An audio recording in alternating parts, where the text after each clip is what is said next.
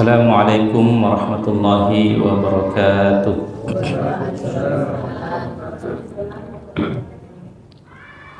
Alhamdulillahi hamdan la yuhad wa syukru lahu syukran la yu'ad.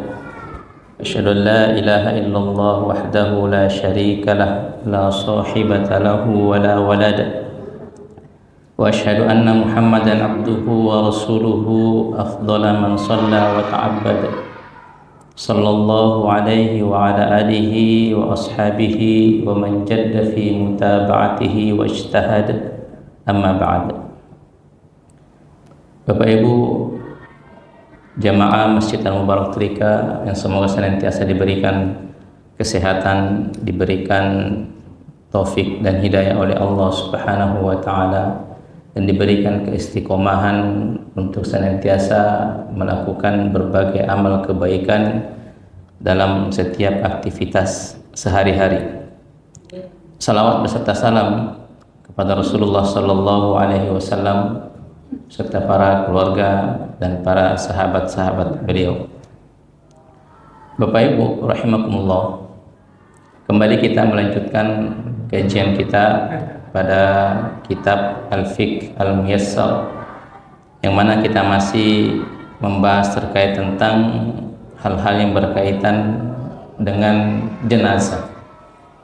Kalau pada pertemuan sebelumnya kita membahas terkait tentang bagaimana adab dan etika ketika kita mengiringi dan mengantarkan jenazah sampai ke pekuburan, ya. Ada beberapa adab-adab atau etika-etika atau amalan-amalan atau sunnah-sunnah yang dianjurkan yang kita lakukan pada saat mengantar dan menguburkan jenazah. Kita lanjutkan. Beliau hafizahullah ta'ala menyebutkan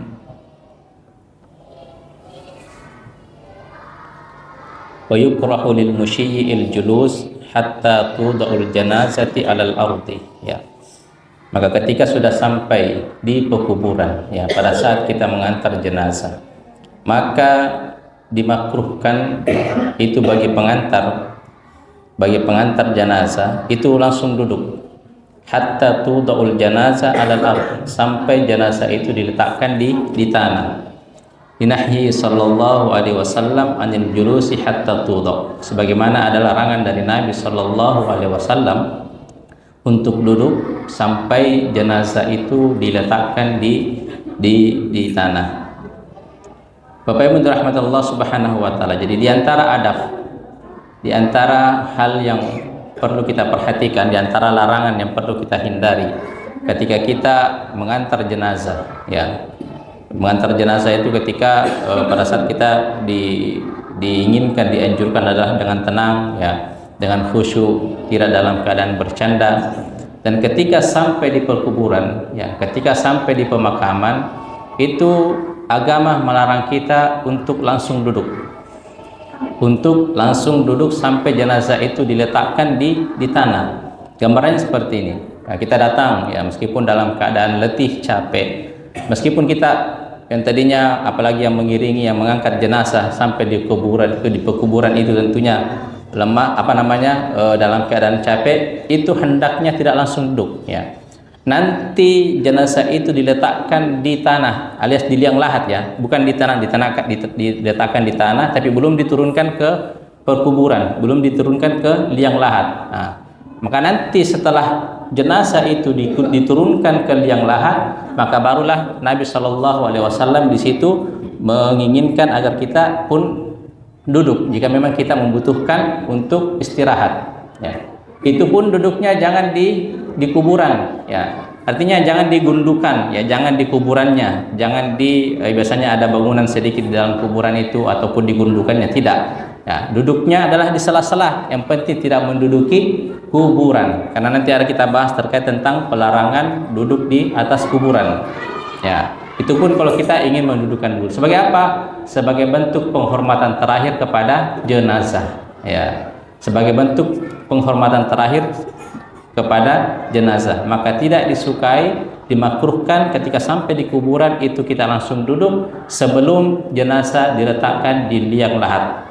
Ya, itu sebagai bentuk penghormatan terakhir kita kepada jenazah. Ya.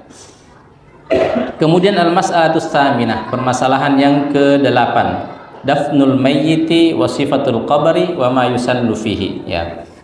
Menguburkan mayit dan bentuk kuburan dan apa saja yang dianjurkan atau yang disunnahkan di dalamnya.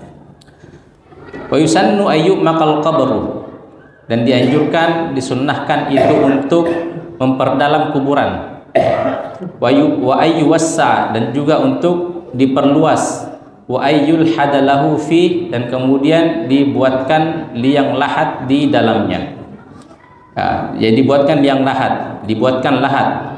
Apa itu lahat? Wa huwa ayyuhfara fi qa'al qabri hafratan fi janibihi ila jihatil qiblah, yaitu menggali, ya, menggali di dasar kuburan, menggali di dasar kuburan yang itu menghadap ke kiblat, ya. Menggali, yang namanya liang lahat itu ketika kuburan sudah digali, ya, digali sekitar berapa meter begitu, berapa senti, maka di sisi, misalkan ini kuburan seperti ini, maka di sisi sebelah barat di sini arah kiblat, di situ digali lagi di bawahnya, ya, menghadap ke kiblat. Fa in ta'adzara al-lahdu fala ba'sa bisyak. Tapi kalau tidak mampu, ya, kita tidak mampu untuk menggali liang lahat karena mungkin konstruksi tanahnya tidak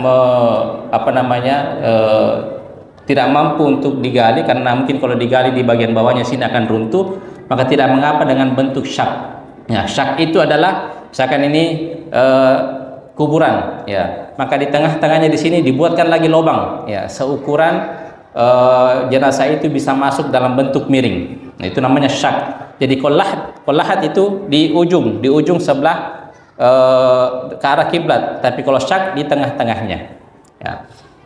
Dan itu penting, ya. Makanya Nabi SAW, al-lahdu afdal. Jadi lebih mana penting, asyak atau al-lahad lebih disukai oleh Nabi SAW. Makanya Nabi mengatakan al-lahdu lana wasyakku li ghairina. Al-lahad itu adalah untuk kami kaum muslimin, wasyakku li ghairina. Adapun syak itu adalah model perkuburan selain daripada orang-orang muslim, ya. Bapak Ibu yang dirahmati Allah Subhanahu wa taala. Jadi sifat daripada kuburan itu ada 3. Sifat dari kuburan sebagaimana yang dianjurkan oleh agama kita adalah 3. Yang pertama adalah ayyumak, diperdalam. Kenapa kok diperdalam? Ya, itu tujuannya agar jenazah itu tidak termudaratkan dan juga tidak memudaratkan, ya. Artinya tidak termudaratkan, tidak akan mendapatkan mudarat nantinya ketika sudah dimakamkan. Contohnya misalkan kalau liang kuburannya itu tidak terlalu dalam, itu nantinya akan gampang, ya, mudah dicium bau bangkainya oleh binatang-binatang pemakan bangkai, ya. Kalau misalkan kuburannya tidak terlalu dalam, nanti takutnya akan dibongkar oleh hewan, ya, apa biasa hewan pemakan bangkai apalah. Jelasnya itu untuk menghindari hal-hal terjadi seperti itu, ya. Artinya tidak termudaratkan. Dan juga agar jenazah itu tidak memberi mudarat, tidak memudaratkan. Ya, kalau tidak terlalu dalam nanti memakamkan jenazah, dan keluar bau busuk dari bangkainya, itu kan kurang nyaman nanti dicium oleh orang-orang yang masih hidup. Itu makanya diinginkan adalah agak dalam, ya. Berapa ukurannya tergantung uruf, ya, tergantung kebiasaan masyarakat ketika menguburkan jenazah, ya. Mau 1 meter lebih atau dan lain sebagainya. Yang penting itu bisa menghindari hal-hal yang kita sebutkan tadi, tidak memudaratkan dan tidak termudaratkan, ya, agar tidak gampang digali dan lain sebagainya, ya. Apalagi kalau misalkan di daerah-daerah yang itu biasanya banyak kejadian-kejadian mistis, ya, mempercayai hal-hal kalau ada orang yang meninggal di malam Jumat Kliwon, ya, diambil kain kafannya bisa menambah kesaktian dan lain sebagainya. Hal seperti itu yang kita hindari. Kemudian wa ayyuwassa'ah, ya, diperdalam, kemudian diperluas, ya, seukuran jenazah itu memudahkan kita untuk memasukkan jenazah, ya. Misalkan ukuran jenazahnya, panjang orang yang meninggal itu 160 meter, ya 60 cm, ya maka digalilah ukurannya itu, panjangnya itu 180 cm, ya 10 meter dari 10 cm dari lebih daripada ukuran kakinya, dan juga dari 10 meter dari kepalanya. Dan kemudian juga jangan terlalu sempit, agar orang yang masuk ke dalam kuburan untuk menurunkan jenazah itu memudahkan, ya.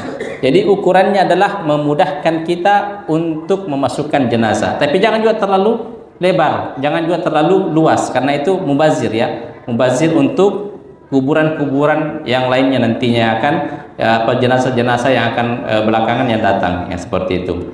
Kemudian selanjutnya adalah wa ayyul had, ya, adanya liang lahat, ya. Jadi sebenarnya yang paling mendekati sunnah bentuk kuburan itu tadi ada liang lahat, ya. Sebenarnya kita jelaskan liang lahat adalah ada ukuran, ya, ada lubang di bawah, bagian bawah yang itu menghadap ke kiblat, menghadap ke kiblat. Kalau tidak mampu, karena kalau misalkan digali di sini akan runtuh dari atas, digali bagian bawah akan runtuh bagian atas, maka tidak mengapa dalam bentuk syaqq. Syaqq itu adalah lubang kecil di bagian tengah, ya. Setelah lubang kuburan kemudian dibuat lagi lubang kecil di bagian tengah. Nah, tapi yang lebih mendekati sunnah, yang lebih disukai oleh Nabi Shallallahu Alaihi Wasallam adalah lahat, ya. Sampai-sampai Nabi menjadikan itu sebuah brand, ya. Al-lahdulana wa syakku li ghairina, ya. Al-lahat itu bentuk kuburan orang muslim, wa syakku li ghairina adalah, adapun syak itu bentuk selain daripada muslim. Tapi kalau misalkan tidak mampu lahat, maka asyak tidak mengapa. Asyak tidak mempengaruhi keabsahan daripada pemakaman jenazah. Kemudian setelah itu, wa yudha'ul mayyitu fi lahdihi ala syakkihil aiman mustaqbilal qiblah.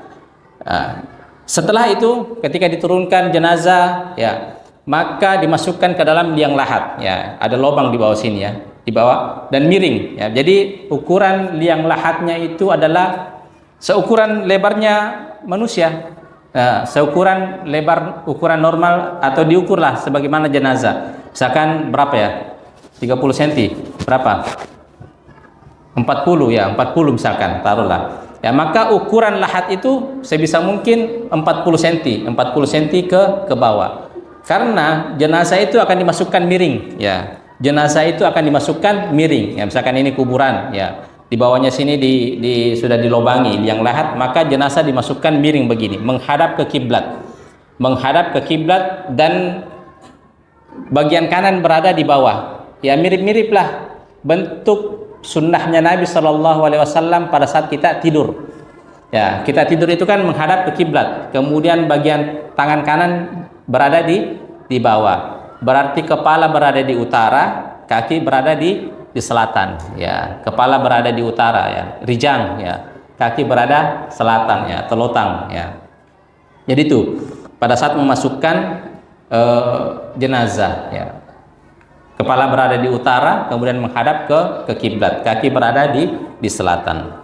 Miring seperti ini. Misalkan ini kepala, ini kaki, menghadap ke kiblat seperti ini.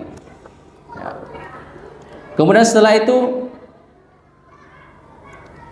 wa tusaddu fathatul lahdi bil labani wattin thumma yuhalu alaihi turab, ya. Thumma yuhalu alaihi turab. Ketika sudah memasukkan jenazah, maka ditutup, ya. Sebelum menurunkan tanah yang kita gali tadinya, ya, maka itu lubang liang lahatnya itu ditutup, entah ditutup dengan memakai batu bata, ya, atau memakai kayu. Kalau di sini penulis mengatakan ditutup dengan tanah liat yang dikeraskan, yang sudah dikeraskan, ataupun dengan batu bata. Karena di zaman itu, di zaman Nabi Shallallahu Alaihi Wasallam itu kayu susah, ya. Bahkan sekarang ini kalau di Arab Saudi itu, atau di Mekah ataupun di Madinah itu kayu susah, ya. Kayu susah. Biasanya kayu datang dari impor, ya. Makanya mereka menutup liang lahat itu dengan tanah yang dikeraskan ataupun dengan batu bata. Kalau kita biasanya umumnya adalah dengan memakai kayu, ya, memakai kayu. Kenapa kok liang lahat itu lebih afdol? Ya, karena ketika jenazah dimasukkan di sini, dan berarti tanah di atas jenazah itu kan masih kuat, karena bukan bekas galian, ya, bukan bekas galian, ya. Jadi lebih susah untuk dibongkar hewan dan lain sebagainya. Kemudian setelah itu summa yuhalu alaihi turab, ya, maka setelah ditutupi oleh kayu maka diturunkanlah seluruh tanah yang kita gali tadi, ya, seluruh tanah yang digali. Kalau misalkan tidak ada kayu apapun itu yang bisa menutupi liang lahat itu, agar, ya, tujuannya apa? Agar jenazah itu tidak langsung dikenai tanah pada saat kita menurunkan tanah, ya. Yang penting tujuannya adalah menutup liang lahat itu agar ketika kita menurunkan tanah tidak langsung mengenai jenazah, ya. Tidak langsung mengenai jenazah pada saat kita menurunkan tanah. Jadi bisa apapun kita pakai tutup itu liang lahatnya, ya. Mau pakai batu bata, mau pakai kayu sebagaimana umumnya kita di Indonesia, ya. Kemudian setelah itu wa yurfa'ul qabri 'anil ardi qadra shibrin musannama ay ala hayatis sinam. Setelah itu ketika diturunkan tanah, ya, maka bentuk kuburan itu adalah ditinggikan sedikit, ya, digundukkan, ya, dipunukkan, ditinggikanlah, ya, disebutkan di sini ditinggikan seukuran satu jengkal, ya, ditinggikan, tanjakan, ya, dipunukkanlah, ditinggikan seukuran satu jengkal. Tapi satu jengkal ini bukan patokan. Satu jengkal ini bukan patokan, ya. Nabi menyebutkan satu jengkal itu karena kondisi tanah di daerah Madinah, ya. Kondisi tanah di daerah Madinah. Itu kondisi tanah di daerah Madinah itu kan ketika diturunkan itu tidak ada rongga-rongga yang tersisa. Jadi bukan ukuran satu jengkal, ya. Gundukannya kuburan itu tergantung.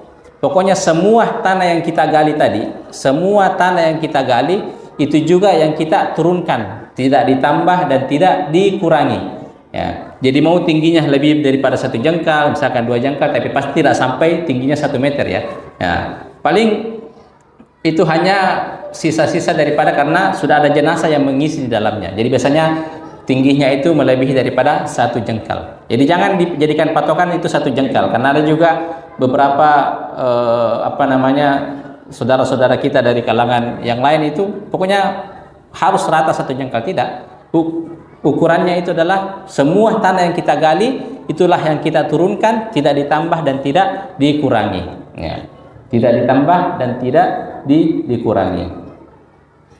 Disebut dzalika fi sifati qabrin Nabi sallallahu alaihi wasallam wa sahibai, ya. Karena hal seperti itulah yang dilakukan oleh Nabi Shallallahu Alaihi Wasallam, dan itu juga bentuk kubur Nabi Shallallahu Alaihi Wasallam dan 2 sahabat yaitu Abu Bakar dan Umar radhiyallahu taala anhuma.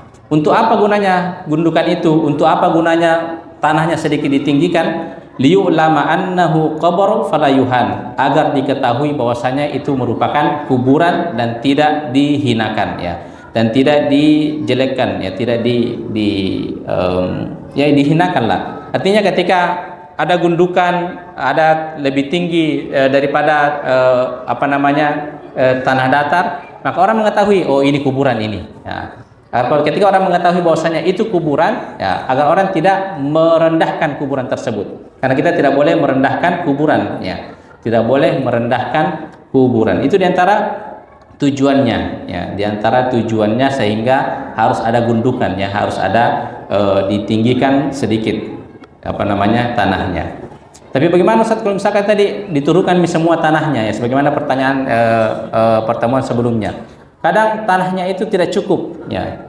Kadang tanahnya itu tidak cukup, ya. Ustaz tadi bilang jangan ditambah. Nah, kalau kondisinya seperti itu maka tidak apa-apa ditambah, ya. Tidak apa-apa ditambah, karena kenapa? Karena kita inginkan adanya gundukan itu agar orang mengetahui bahwasanya ini adalah kuburan, ya, sebagai tanda bahwasanya itu adalah kuburan, ya.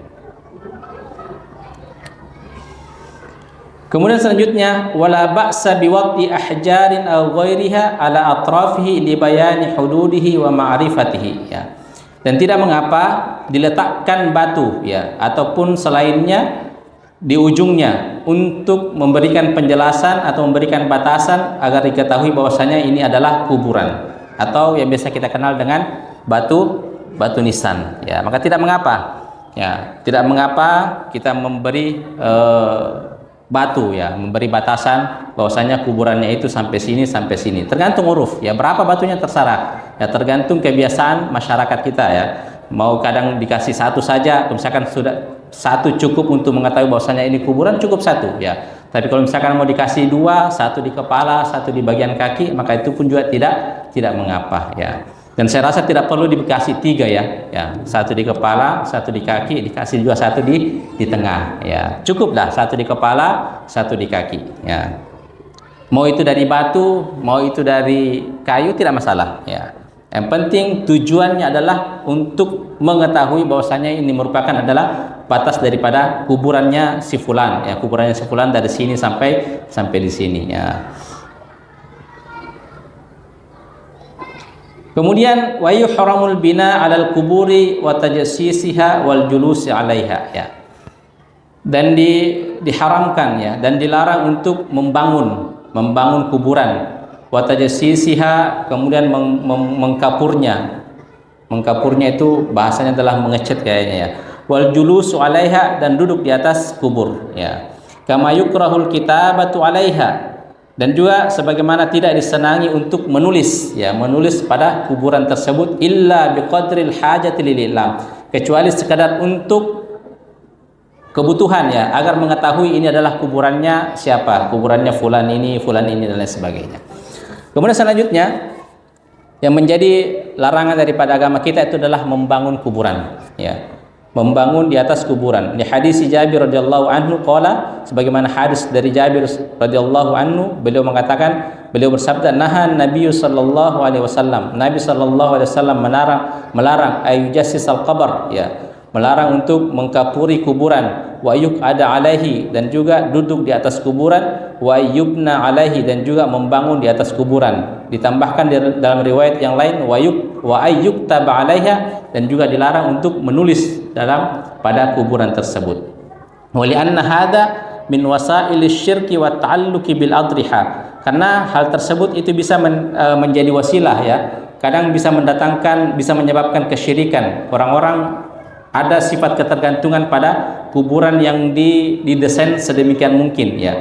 Wa hadza mimma yuqtarru bihil juhalu wa yata'allaquna bihi, dan kadang ini yang mengelabui orang-orang yang jahil ya, dan mereka ada ketergantungan terhadap sebuah kuburan.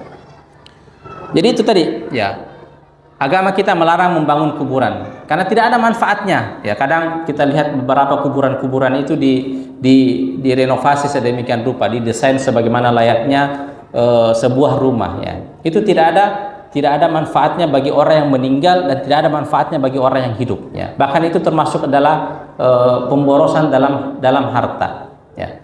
Karena kuburan itu, karena orang yang meninggal itu mau dia sebagus apapun kuburannya, tapi kalau orang di dalamnya adalah orang-orang yang fajir, orang-orang yang berahli maksiat, tetap dia sengsara dalam kuburan ya. Mau dia sejelek apapun kuburannya ya, misalkan hanya dikuburkan kemudian cuman ditandahi, dibatasi dengan 1 lembar papan saja, tapi kalau isinya adalah orang-orang soleh ya, insya Allah dia akan, kuburannya itu layaknya istana di dalamnya ya. Jadi tidak ada manfaatnya. Nah, bahkan itu kadang bisa mendatangkan bisa menarik orang sehingga melakukan kesyirikan di situ ya. Saya pernah baca sebuah kasus ya, ada orang segelompok pemuda, ini terjadi di daerah Sumatera ya, segelompok pemuda, dia bikin ide ya, bagaimana kalau kita pura-pura ya ada kuburan ya, misalkan tidak ada kuburan, misalnya kita buat kuburan ala kuburan, kemudian kita desain dan kita katakan ini kuburannya Syekh Fulan bin Fulan, Habib dan lain sebagainya ya. Kemudian kita buat semacam ini, orang-orang akan datang ziarah di situ, orang-orang akan datang untuk memberikan uang ya, kotak celengan dan lain sebagainya. Orang-orang akan datang di situ berdoa, meminta-minta dan lain sebagainya ya. Kadang kalau kuburan itu dihias-hiasi ya, diberikan bunga-bunga dan lain sebagainya, kemudian ditulis bahwa ini adalah kuburan daripada wali-wali Allah dan lain sebagainya, itu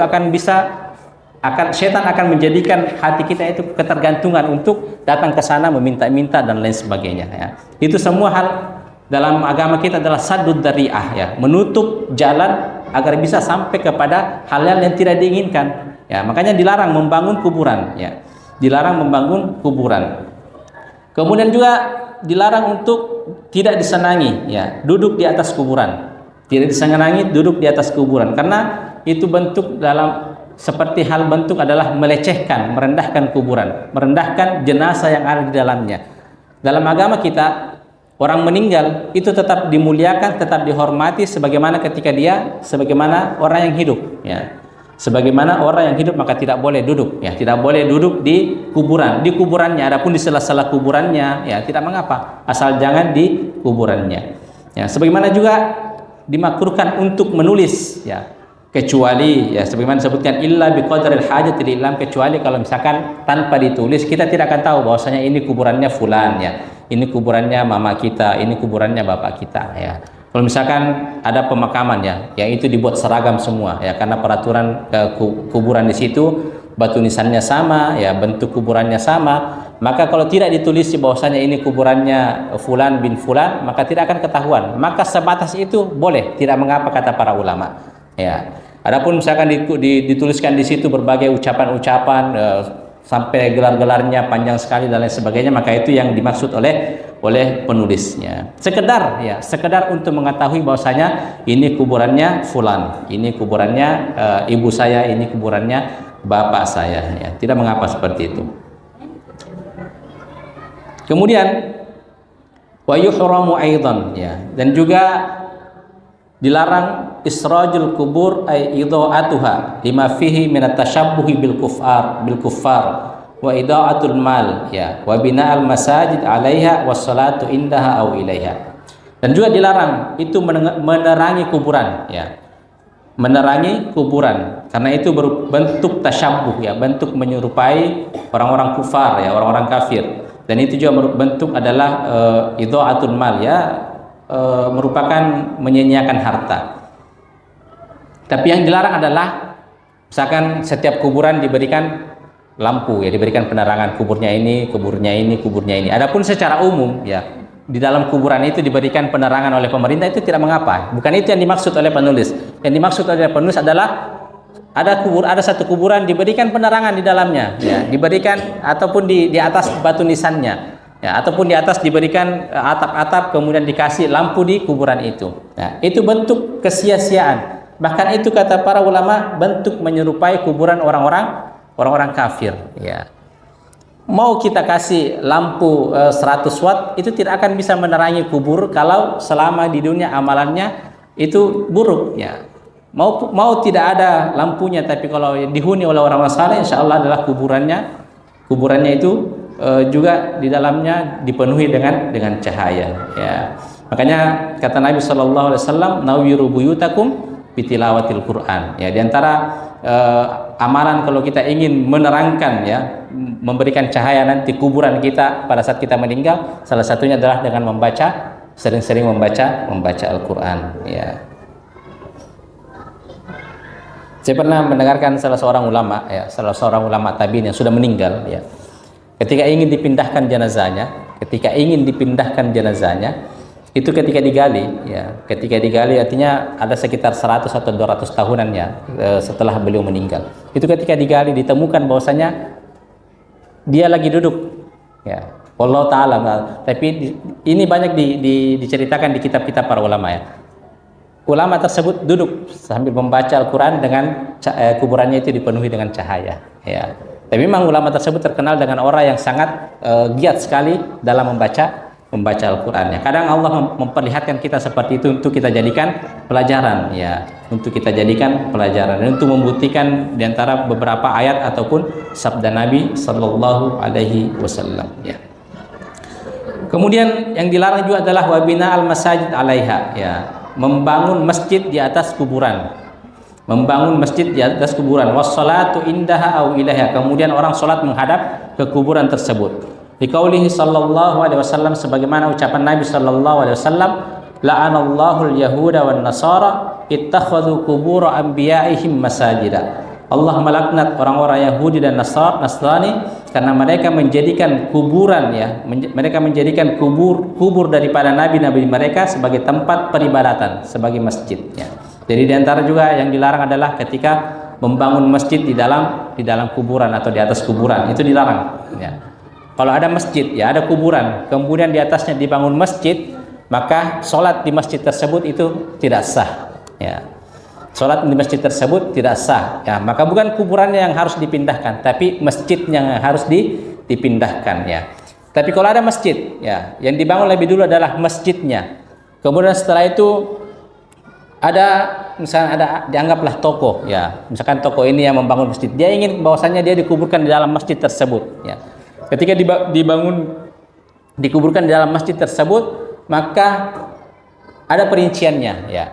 Kalau masjidnya, kuburannya itu tidak orang sholat tidak menghadap ke kuburannya, dan itu ada dinding yang memisahkan, maka itu tidak mengapa, ya. Meskipun makruh, ya. Meskipun tidak disenangi, tapi sholatnya sah menurut para ulama, ya. Tapi kalau sholatnya, kuburannya itu orang-orang akan sholat menghadap ke kuburannya dan tidak ada dinding pemisah, maka itu mutlak sholatnya tidak sah, ya.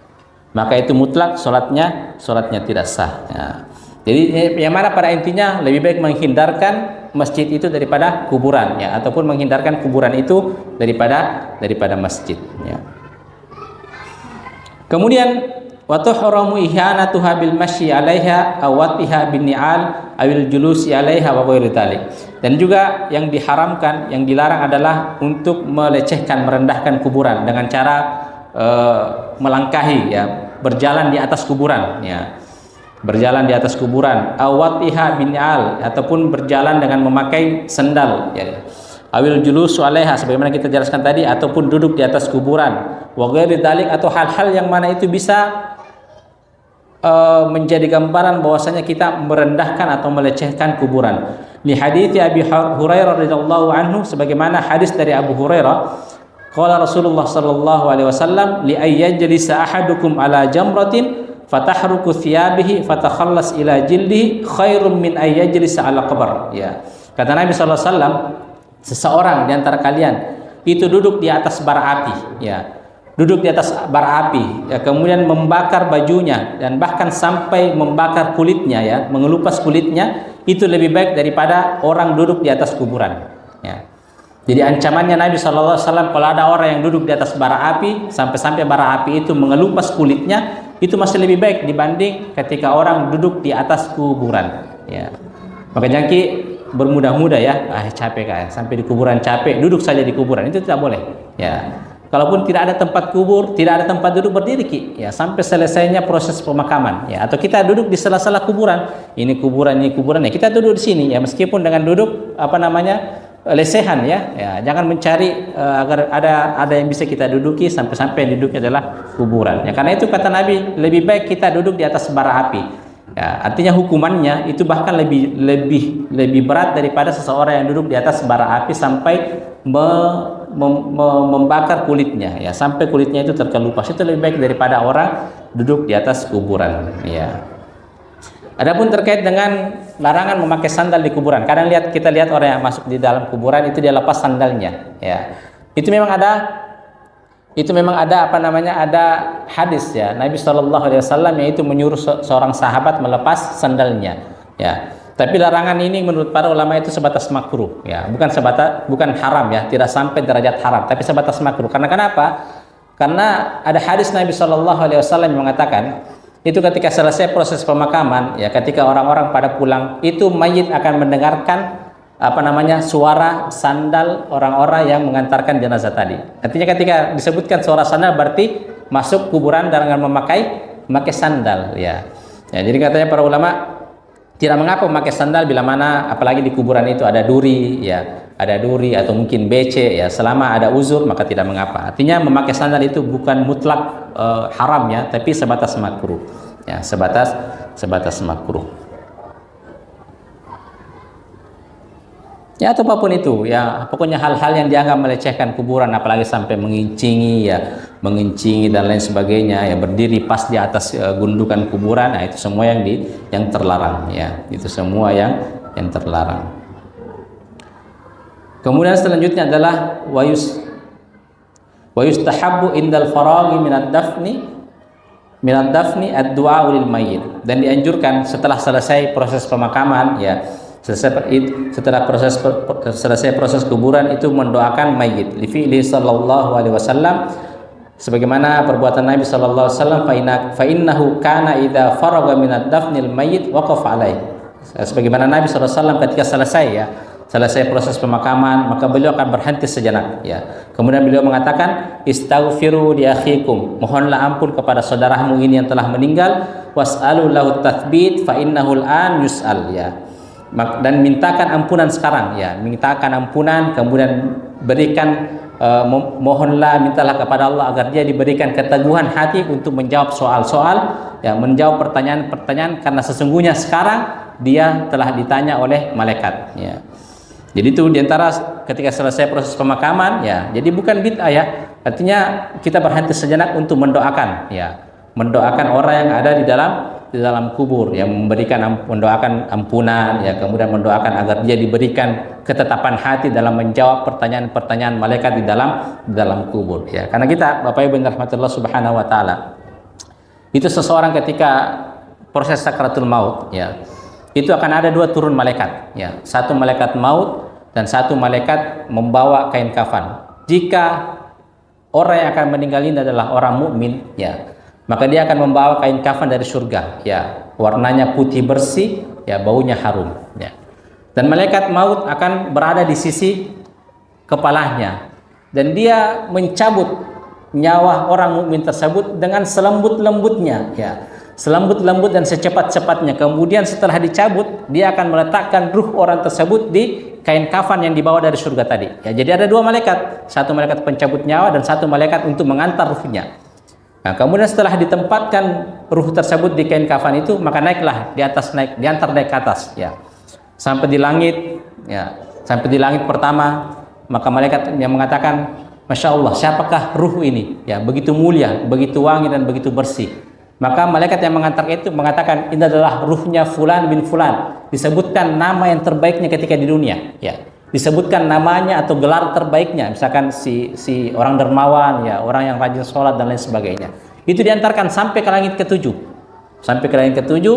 Kemudian kata Allah Subhanahu wa taala, maka kembalikanlah dia ke jasadnya, ya, kembalikanlah dia ke jasadnya. Maka dikembalikan ke jasadnya. Ketika makanya proses pemakaman selesai, maka ruh akan kembali ke jasad, ya. Maka datanglah malaikat yang akan menanyakan, man rabbuka, ya, siapa Tuhanmu, ya. Orang mukmin tentunya akan lancar, ya, Rabbi Allah, Tuhanku adalah Allah, ya. Siapakah orang yang diutus oleh Allah, ya, dia akan menjawab dengan lancar, ya. Kemudian apakah kitabmu, apakah yang menjadi pedomanmu, dia kan saya membaca Al-Quran dan lain sebagainya. Kemudian kata Allah Subhanahu wa taala, iftahu, ya, bukanlah pintu surga agar hawa-hawanya surga itu selamanya akan masuk sampai hari kiamat. Jadi orang-orang mukmin yang di dalam kuburan, ya, makanya kita katakan raudhatum miryadil jannah, taman daripada taman-taman surga. Allahumma ja'al qabrahu raudhatan miryadil jannah. Ya Allah, jadikanlah kuburannya sebagai taman daripada taman-taman surga, karena Allah akan membukakan pintu surga sehingga hawa-hawanya surga itu akan senantiasa dirasakan oleh orang-orang dalam kubur, ya.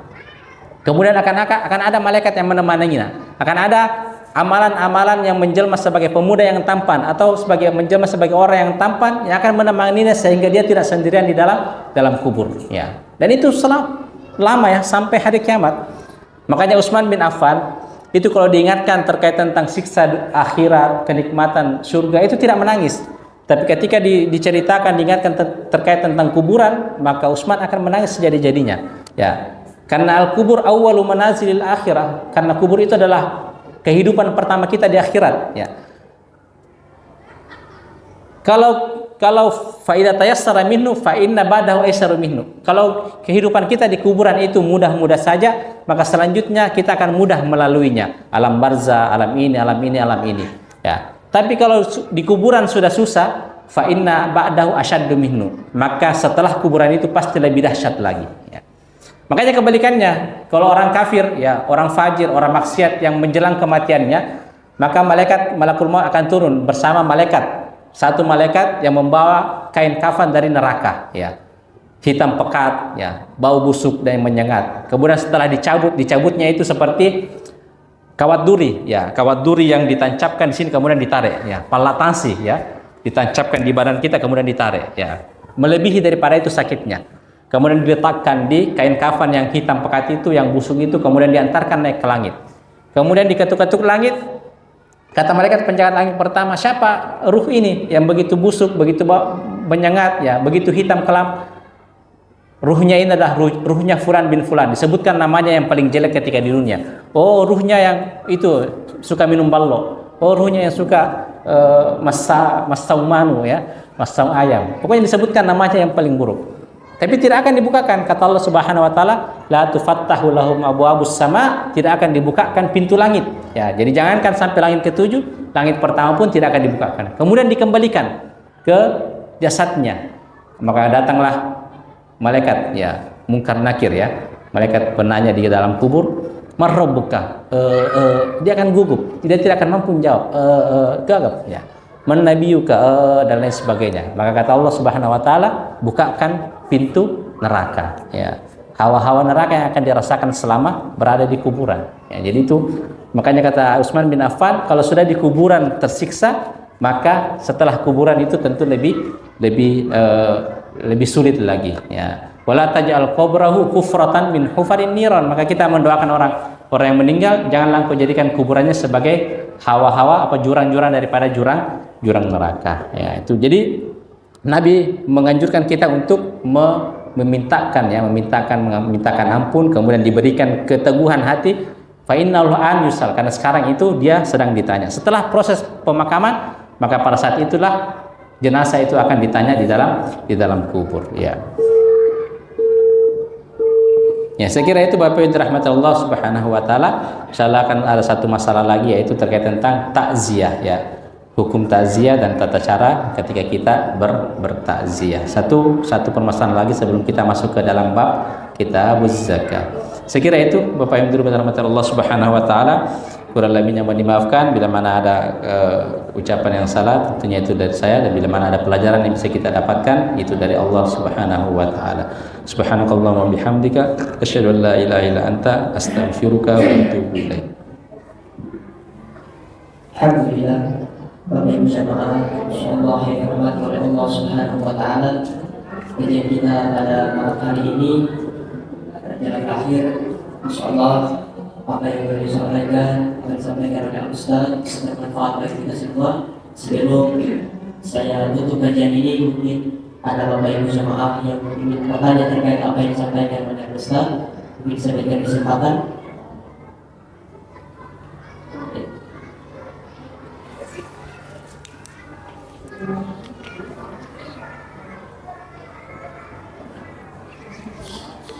Terima kasih Ustaz. Sebagaimana yang Ustaz tadi sampaikan, bahwa pada saat penguburan maka mayat tadi dimasukkan di sebuah liang di belakangnya, kemudian kepalanya menghadap ke utara, pipinya di selatan, dan mukanya ke barat. Kemudian bagaimana dengan mayat yang mempunyai yang di dunia apa istilahnya, ada peti jenazah. Bagaimana hukumnya yang begini, Ustaz?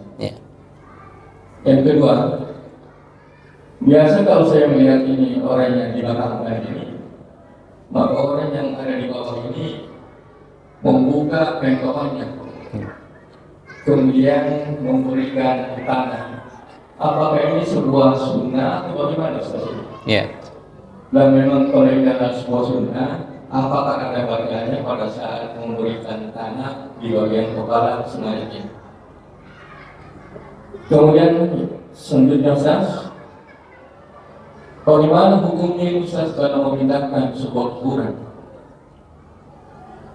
Pernah terjadi pada saat pembuatan rel kereta api Makassar kemarin, ada pemindahan kuburan, pindahan beberapa.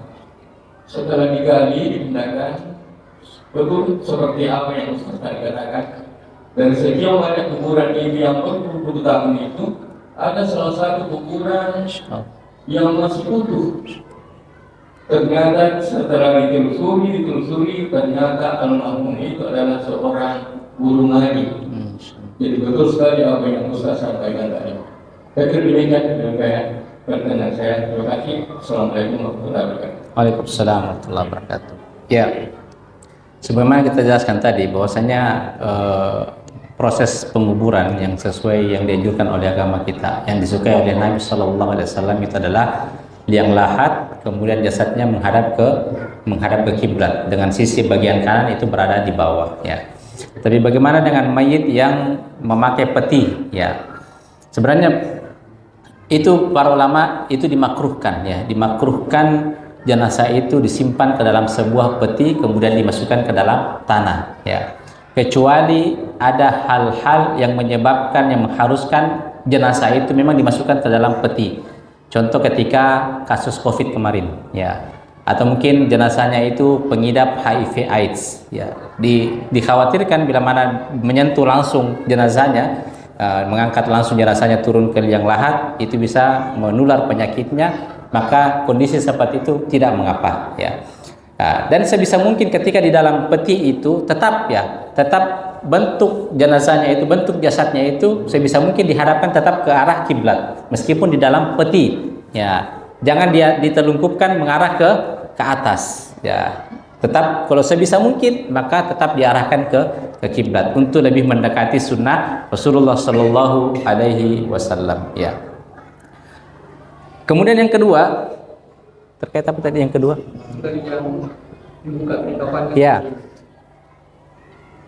Memang pada saat kita ingin menguburkan jenazah itu ikatan kain kafan itu yang di atas dibuka, ya. Karena memang sebenarnya tidak ada sunnahnya itu mengikat kain kafan.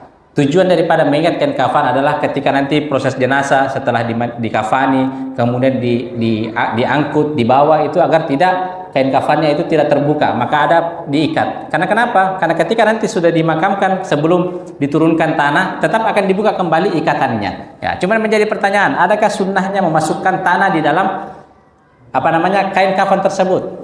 Ya, sejauh yang saya ketahui itu tidak ada.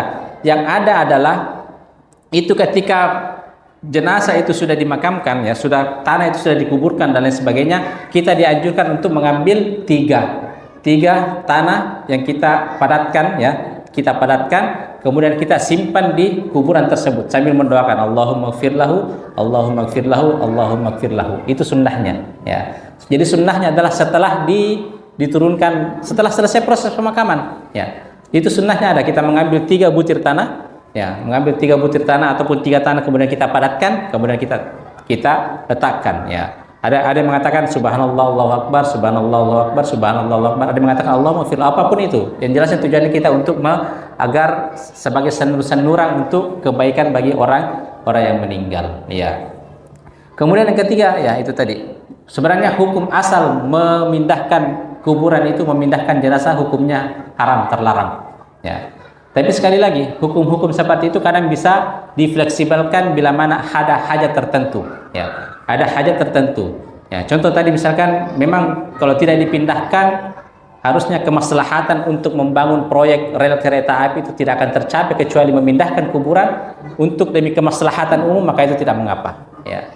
Maka itu tidak mengapa memindahkan jenazah. Tapi kalau misalkan kemaslahatannya yang diinginkan tidak terlalu besar, ya, tidak terlalu, bahkan masih bisa ada jalan keluar yang lain, maka lebih baik tidak memindahkan jenazah, ya. Dan masya Allah tadi memang sering kita dapati itu orang-orang soleh, ya, itu jasadnya akan utuh, ya. Karena kalau Nabi memang sudah utuh, karena kata Nabi SAW, Innallaha ta'ala harrama ala jasadil anbiya ayyakulal ard. Sesungguhnya Allah Ta'ala mengharamkan, ya, bumi itu, tanah itu untuk memakan jasad para nabi, ya.